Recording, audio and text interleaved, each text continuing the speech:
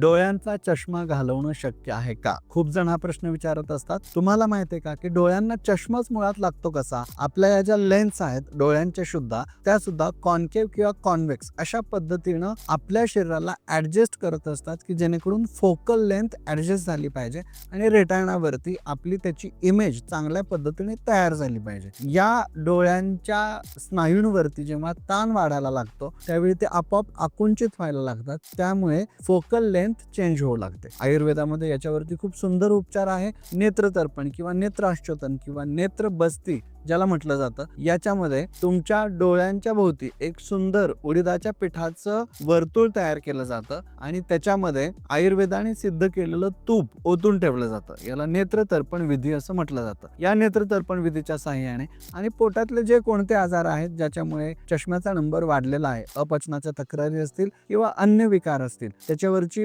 आभ्यंतर औषधं तुम्ही घेतलीत तर तुम्ही डोळ्यांचा चष्म्याचा नंबर कमी करू शकता.